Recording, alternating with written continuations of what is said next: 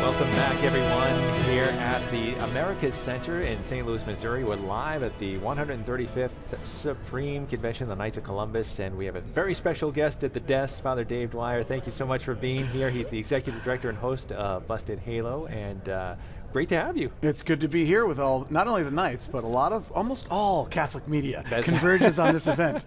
It is worth covering. We have a row of Catholic media going down the hall. We have radio, TV. Our booth is just down a few spaces away.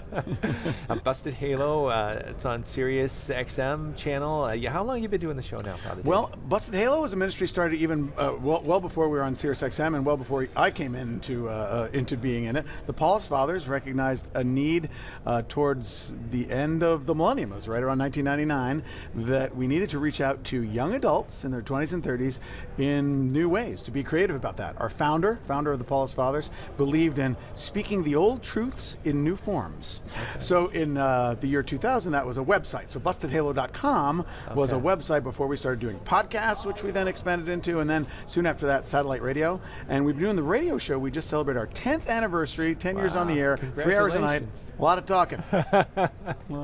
What's it like? Have you seen as the show progressed, or what kind of things have you seen in the 10 years since you've hosted? Since you first started? It certainly has. I mean, it's amazing. For instance, even just yesterday here, this is a gathering of a lot of Catholics, and many people happen to overlap and listen to our show or view our website and whatnot. And people see me and they, oh, Father Dave, and then they usually immediately recognize, well, it must be weird for you because we feel like we know you, and you don't know who we are. I didn't expect in getting into radio that the medium would be, and it is, such a personal medium, more so than television or movies or things that maybe people could have a greater reach, let's say, or be more of a celebrity. But you're in people's cars on their way to work and on their way home, and the theater of the mind lets you kind of make that imagination connection with these voices that you hear every day. And of course, because it is 3 hours every day, I talk a lot about everything in my life, and so things that I've well forgotten over 10 years, people will come up and say, how's your mom doing, or how did that thing that you were wondering, I talked about that? So that's what amazes me. But much more so for the missionary impact is that people have not stopped since probably a couple of weeks into when we were on the air saying, you know what, I just stumbled upon this channel, or I bought Sirius for some other channel like Howard Stern or for rock music or something, but now you've helped me reconnect with my faith, and now this is all that I listen to, and I've gone back to the sacraments, and that's just such a blessing. Yeah, and talk about the show too. You've had great guests on. You make it fun. It's a fun show, and how important that is to sort of, we talk about the joy of the faith. Sure. And maybe if you could talk about that. Well, we do have fun. I mean, what people will, without us soliciting it, how people will typically sum up the experience of the show is that they laugh and they learn. And that we try to, and it's not even like it's not like we're a school district that's trying to make education fun. How will we do that? Will we insert some videos into their normal day or something like that? It's really just conversational. What we do is talk radio. We think we do good talk radio that is done by Catholics, and it's done from a Catholic point of view. So, and that's not to disparage any other Catholic radio or Catholic media, but we first and foremost wanted it to be conversational and talk radio. And there's a lot of ways in which we can use media to do great things, like pray the rosary and have Sunday Mass. We certainly have Mass, both daily Mass and Sunday Mass on the Catholic channel. But there's that way in which we can invite people in. I mean, it's almost like if you think of a youth group at a parish. They're going to show up for the volleyball and for the ice cream social, and then at the end we'll give them 10 minutes of catechism. So it's somewhat like that. We have fun, we talk about our lives, we joke around with the team, and in there we take questions of faith where people will ask anything from what's that little thing on the altar call to I'm really struggling with the church's teaching on some big issue, and it's all that. So it's really like life. It's up, it's down, it's laughing, it's somewhat poignant at times, and that's so it's that arc of every 3 hour show. We never know. I mean, we can put a few things down on notes as to what we're going to talk about, but we never know what's going to happen.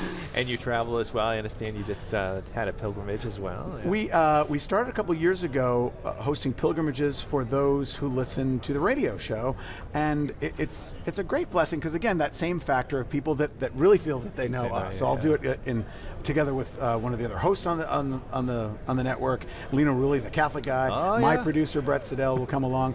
And then it'll be 40 or 45 of folks who most likely have never met each other, are from places all over North America, and have never met us in person for the most part. Yeah. And then it's an intense 7 or 8 days, and by the end, you know, people are friends for life.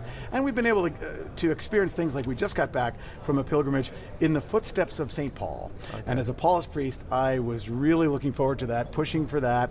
It's not easy because, as most of us know, Paul was all over the place. So you can't exactly do like Road to Damascus and Rome and everything in between. Yeah. So we did some of the footsteps of St. Paul.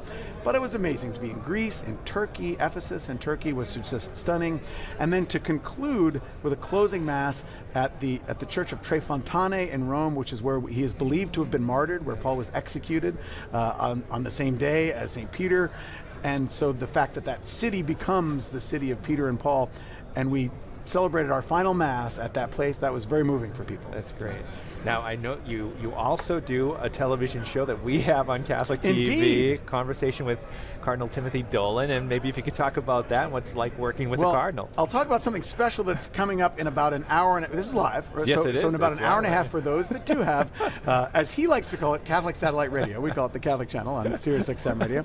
But we recorded yesterday a Conversation with Cardinal Dolan show that does air here, and it'll probably air, I would imagine, although we didn't do video cameras, but we did a radio show on location at a Steak and Shake restaurant, which is his favorite. He's from St. Louis. He knew the waitress, like from decades ago, that was coming around. They do it more like a diner here, like where I've been to Steak and Shake, it's more like a Burger King where you go up and get stuff. Yeah. But this is, it's table service and whatnot. So we had 60 or 70 Catholic Channel listeners, about a dozen of Cardinal Dolan's family and friends that came in. It was a real homecoming. That's great. And he was in his element. I mean, he just loved, I was sort of there, and at one point he said to me, "Now Dave, do you mind if I take over the show?" And I was like, Your Eminence, it's your show. I'm just here for whatever you need.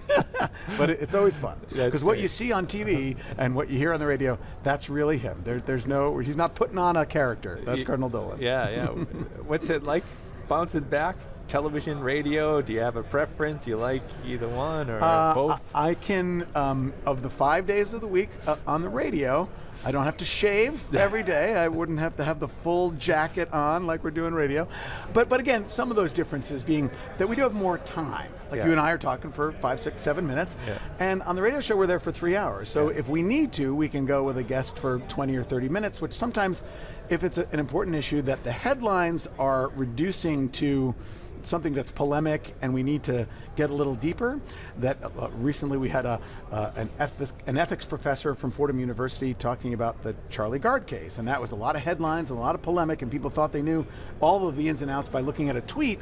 But in 30 minutes you can go into backgrounds of Catholic social teaching and about our protection of life at all stages. And so it was that's one of the differences. TV's great and it reaches people in a lot of different ways, and many times more people, but radio definitely has its own merits that I still love. Yeah.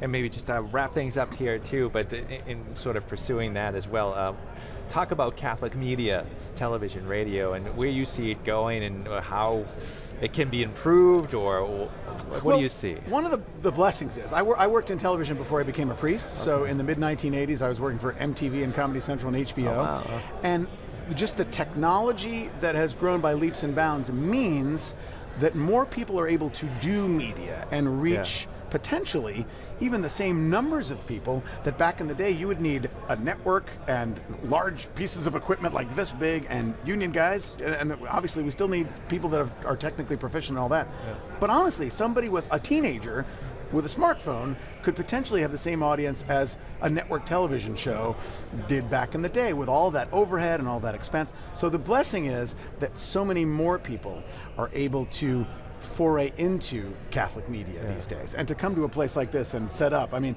we've got smaller cameras and LED lights that aren't hot, and back in the day it'd be like, oh, this jumbo stuff, you'd have to bring in a semi and unload it, and big cameras that would swing around like this.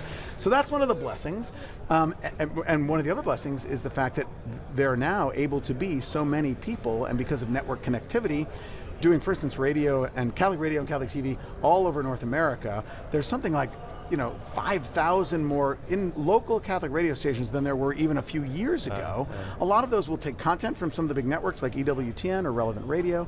But I mean, just the fact that somebody's able to get in their car in the morning and hear, hey, we're coming to you from the Basilica of your hometown, is a great blessing. To your second question, where it needs to go, I mean, I think we do a great job for folks that are already in the pews, already in the club. And just like Pope Francis is pushing all the church from the parish level on out to constantly be looking through those doors. We're looking at the doors out onto to a main avenue here in St. Louis. If we're thinking Catholic media is in here where all the media are, we're getting part of the picture, but it also needs to be out there and appealing to people that maybe wouldn't identify as Catholic, maybe would say, I grew up Catholic, or maybe I'm not sure about the church. We need to at least have some programming that connects with them and then hand them off to our other, and then maybe they'll tune in for live daily mass after a while. So that's probably a growing edge. But for the church as a whole too. I mean, I would say parishes need to do that too, and I think most parishes would admit they need to do that too. But how can we do that? We got a lot of people to take care of.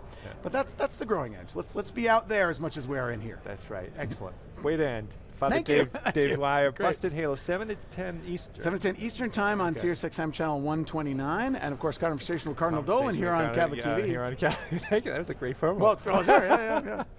We're going to we'll be back actually as we continue our coverage here from the Americas Center in St. Louis, Missouri for the Knights of Columbus 135th Supreme Convention. Please stay with us. That was great. Thanks, Dave. Sure.